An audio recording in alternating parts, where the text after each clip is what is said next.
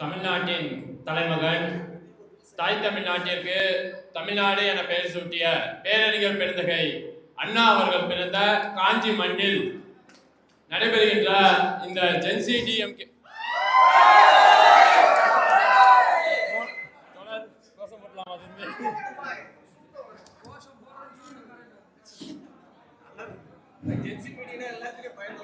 சென்னையில மட்டும்தான் கரண்ட் கட்டு இருக்குன்னு நினைச்சோம். காஞ்சிபுரத்துலயும் இருக்கு. ஒரே நிமிஷம், இது வரைக்கும் ஜெனரேட் போயிடுச்சுங்க.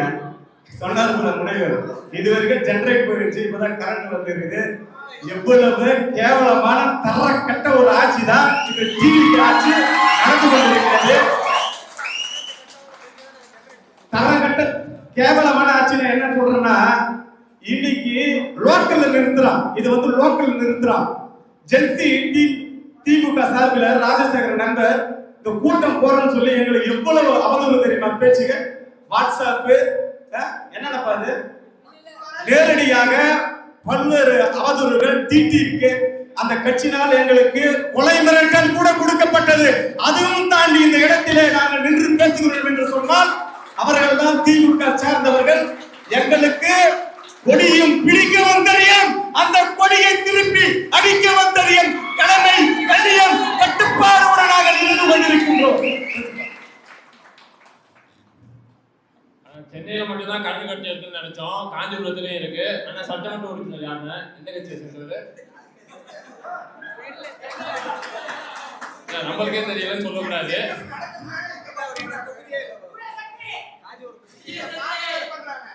சரி, அவர் இந்த ஊர் கிடையாது சட்டமன்ற உறுப்பினர். நான் முத்தமிழறிஞர் டாக்டர் கலைஞர் அவர்கள் பிறந்த தஞ்சை மண்ணை சேர்ந்தவன், டெல்டா மண்ணை சேர்ந்தவன். முத்தமிழறிஞர் டாக்டர் கலைஞர் அவர்கள் பிறந்த மண்ணிலிருந்து அண்ணா பிறந்த மண்ணில் உரையாற்றுவதை மிகவும் பெருமையாக கருதுகின்றேன். எனக்கு எப்பவும் திமுக காரன் சொல்றதையும் டெல்டா காரன் சொல்றதையும் மிகுந்த கர்வம் இருக்கும், பெருமை இருக்கும். எப்படி எனக்கு திமுக காரன் சொல்றதுல கர்வம் இருக்கோ, என்னை போலவே தேர்தல் தோல்விக்கு பின்பும் இத்தனை திமுக ஜென்சி இளைஞர்கள் திமுக காரன் என்ற பெருமையோடு இங்கே ஒன்று கூடி இருக்கிறீர்கள். உங்கள் அனைவருக்கும் எனது வணக்கங்களை தெரிவித்துக் கொண்டு, சமூக வலைதளங்கள்ல திமுக வந்து ஜென்சி மீட்டப் நடத்துதுப்பா அப்படிங்கிற விமர்சனம் இருக்கு. அவங்களுக்கு எல்லாம் நான் சொல்லிக்கிறேன், திமுக நடத்தல.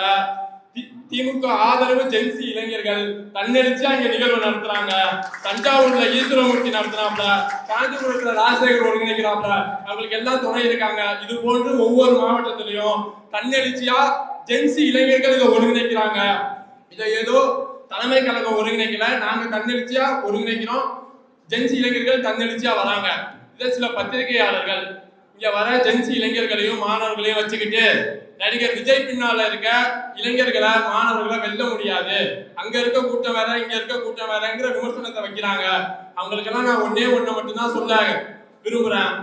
அது என்னன்னா, இங்க கூடி இருக்கின்ற இந்த கூட்டம் திரைத்துறையில கரியரின் உச்சத்துல இருக்க நடிகரை பார்க்க வந்த கூட்டம் இல்ல. இந்த கூட்டம், இங்க கூடி இருக்கிற இந்த கூட்டம் லாட்டரி விற்பனையாளரோட உறவினர் மருமகனை பார்க்க வந்த கூட்டம் இல்ல. இந்த கூட்டம், இங்க கூடி இருக்கிற கூட்டம் தன்னோட மனைவிய வீடு புகுந்து அடித்து துன்புறுத்தின நபரை பார்க்க வந்த கூட்டம் இல்ல. இந்த கூட்டம், இங்க கூடி இருக்கின்ற கூட்டம் பாண்டிச்சேரியில பிறந்து பாண்டிச்சேரியிலே மது விற்பனை செய்யற உரிமையாளரை பார்க்க வந்த கூட்டம் இல்ல. இந்த கூட்டம், இங்க கூடி இருக்கிற கூட்டம் வாச்சாத்தி வன்கொடுமைக்கு மிக முக்கிய காரணமான நபரை பார்க்க வந்த கூட்டம் இல்ல. இந்த கூட்டம், இன்னமும் சொல்றேன், இங்க இருக்கிற கூட்டம் 130 ரூபா டிக்கெட்ட 120 ரூபா டிக்கெட்ட 1000 ரூபா முதல் 3000 ரூபா வரை, ஏன் 10,000 ரூபா வரை கொடுத்து முதல் நாள் முதல் காட்சி பார்க்க ஓடி அலமோதிக்கிட்டு வந்த கூட்டம் இல்ல. இந்த கூட்டம், அதையும் விட அதே 130 ரூபா டிக்கெட்ட 1000 ரூபாய்க்கும் 3000 ரூபாய்க்கும் 10,000 ரூபாய் வரை வித்து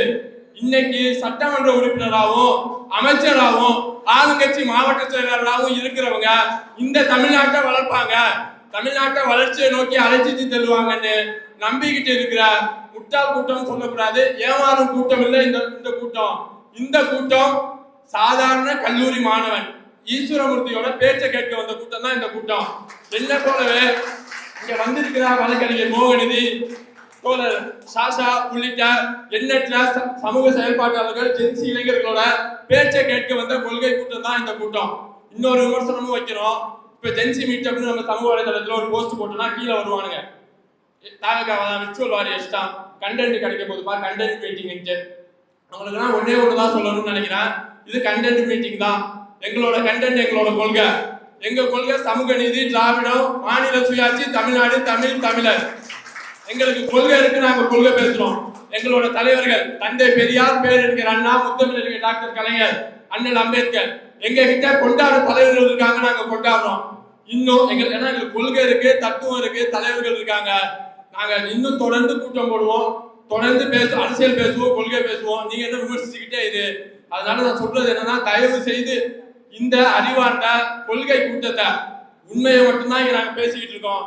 அதாவது தாலேகாவினர் பரப்புகிற அவதூறுகளையும் பொய்யையும் ஃபேக்ட் செக் பண்ணி உண்மையை மட்டும் பேசுகிற இந்த உண்மையான கூட்டத்தை, கொள்கை கூட்டத்தை தயவு செஞ்சு அந்த ரசிகர் கூட்டத்தோட ஒப்பிடாதீங்க. தங்கத்தை தகர டப்பாவோட ஒப்பிடாதீங்க. இந்த கூட்டத்தை வைத்து அதாவது தேர்தல் தோல்விக்கு முன்னாடி எல்லாம் என் நண்பர்களே நிறைய பேர் அண்ணன் சொன்னாங்க. அண்ணனை வந்து எனக்கு தேர்தல் முடிவுக்கு அப்புறம் தான் எனக்கு இன்ஸ்டால தெரியும். அதுக்கப்புறம் தான் ஆக்டிவ் ஆனாரு. வீட்டுக்குள்ள நம்ம வந்து படிக்கிறதுக்கே நமக்கு ரொம்ப காலம் ஆயிடுச்சு. அதாவது பெரியார்கிட்ட போய் நான் வந்து ஒரு மாணவ தலைவர், சென்னை மாநில கல்லூரியில் படிக்கிற ஒரு மாணவ தலைவர்.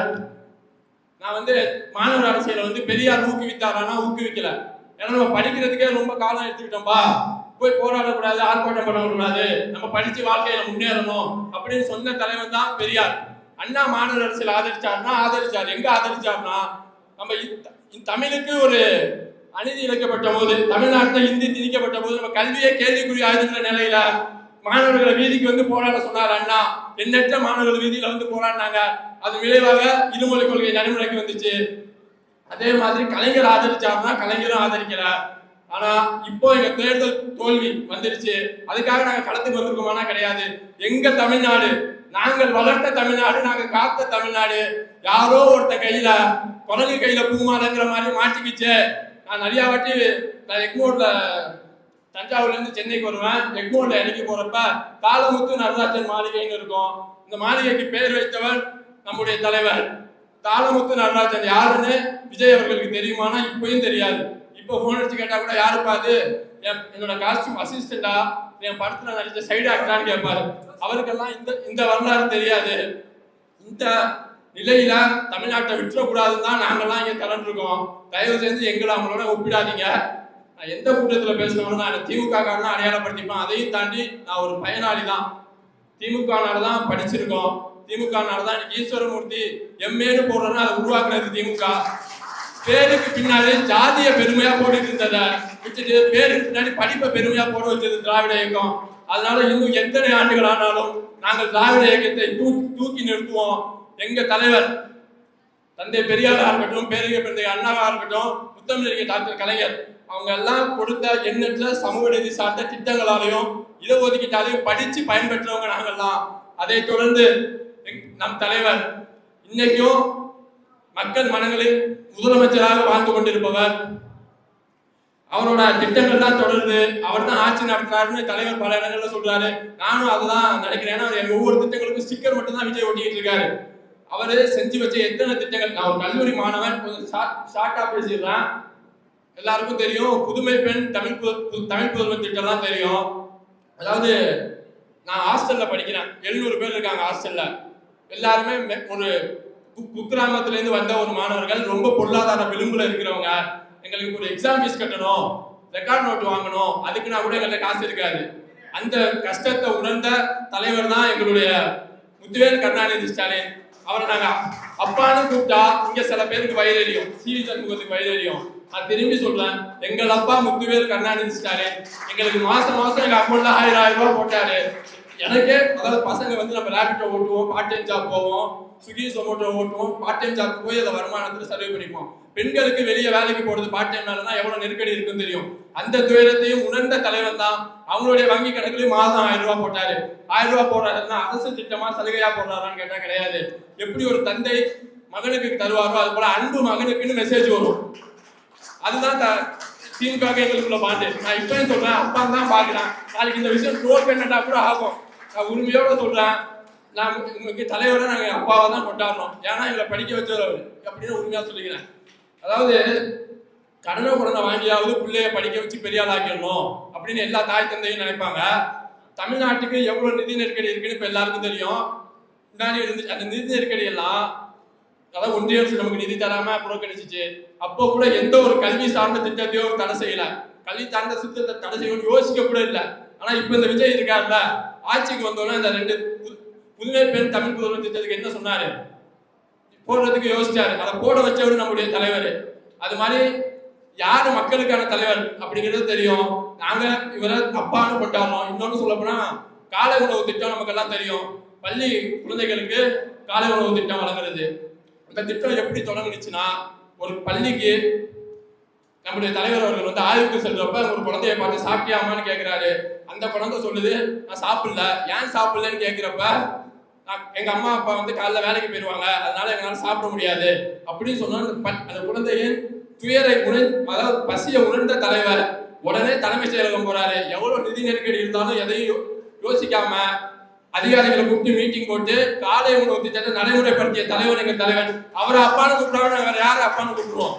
அந்த குழந்தையின் பசி தாயையும் தந்தையும் பார்த்தோம் நாங்க, அதனால நாங்க அப்பான்னு கொண்டாடுறோம். இன்னொன்னு, அதாவது இப்ப எங்களுக்கு அப்பா அம்மா இருக்காங்க, தமிழ் புதல்வன் புதுமை பெண். தாய் தந்தையரே இல்லாதவங்க, தாய் இருப்பாங்க, தந்தை பெற்றோரை இழந்த குழந்தைகளுக்கு அன்பு கதங்கள்னு ஒரு திட்டம் இருக்கு. அவங்க வங்கி கணக்குல மாதம் கொடுத்து அவங்க பள்ளி படிப்பை முடிக்கிற வரைக்கும் 18 வயசு வரைக்கும் அவங்களுக்கு உதவி செஞ்சு அவங்கள வாழ்க்கையில மேம்பட செய்யற முத்துவேல் கருணாநிதி ஸ்டாலின் எங்களுக்கு அப்பா தான். அப்புறம் என்னப்பா தலைவரை பத்தியே பேசிட்டு இருக்கேன், இளந்தலைவர் உதயானனை பத்தி பேசுறேன்னா, இப்ப தஞ்சாவூர் ஜென்சி மீட்டம் நடத்தணும். இன்னும் நான் உதயான தம்பினான்னு ஒரு தோழர் வந்து பேசுவாப்ல, அதை ட்ரோல் கண்டென்ட் ஆக்கிட்டு இருக்காங்க. நான் இப்பயும் சொல்றேன், உங்க அண்ணன், உங்க விஜய், உங்க தளபதி நான் வரேன்னு கண்டென்ட் பேசுன விஜய் கரூர்ல 41 பேர் இறந்தாங்க. உன்னை பார்க்க வந்து உன் கூட்டணி சொல்லாத இறந்த 41 பேரை நீ பார்க்க வரல. துபாய்க்கு போவேன், எங்க இளந்தலைவர், எங்க அண்ணன், எங்க உதயான வந்து பார்த்தாரு. அவர் தான் எங்களுக்கெல்லாம் அண்ணன். அதையும் தாண்டி நான் தஞ்சாவூர் திருவையாறுல நகர இளைஞரணி துணை அமைப்பாளர் அமுதன் ஒரு அண்ணன். அவரு கார்ல பயணம் பண்ணிட்டு இருக்கப்ப ஆக்சிடென்ட் ஆயிடுது. இளந்தலைவர் வந்து இப்ப சமீபத்தில் தஞ்சாவூருக்கு வந்தாங்க, தலைவரும் இளந்தலைவரும்.